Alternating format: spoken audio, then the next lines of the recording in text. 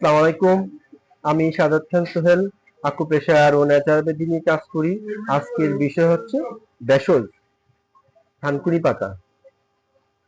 যাদের পেটে সমস্যা, পেটজনিত সমস্যায় ভুগতেছেন, পেটে লিভারের সমস্যা, গল ব্লাডারের সমস্যা, অ্যাপেন্ডিক্সের সমস্যা, আপনারা প্রতিদিন সকালে ঘুম থেকে উঠে এই 2টা থানকুনি পাতা খেয়ে নাস্তা করবেন।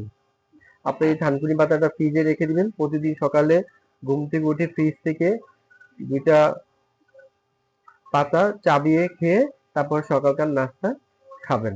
তাহলে আপনার পেটজনিত সমস্যা থেকে আপনি মুক্তি পাবেন। আপনি ফ্রিজে নরমালে এই থানকুনি পাতাটা রেখে দিবেন। প্রতিদিন সকালে ঘুম থেকে উঠে 2টি থানকুনি পাতা চাবিয়ে খাবেন। খাওয়ার পর আপনি নাস্তা খাবেন। তাহলে আপনার পেটজনিত সমস্যা থেকে মুক্তি পাবেন। যে কোনো সমস্যা হোক পেটের, আপনি থানকুনি পাতা দিয়ে ভর্তা করে খেতে পারবেন। হ্যাঁ, আপনি এটাকে চাটনি করে খেতে পারবেন। হ্যাঁ, তারপরে আপনি আপনার থানকুনি পাতা আপনি পেঁয়াজ রসুন দিয়ে ভর্তা করে খেতে পারবেন।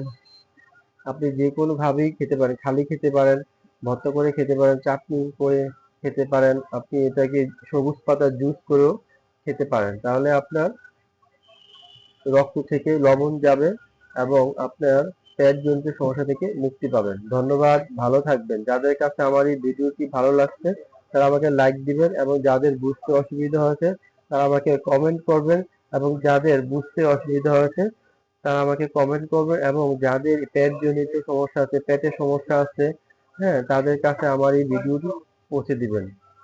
ধন্যবাদ, ভালো থাকবেন।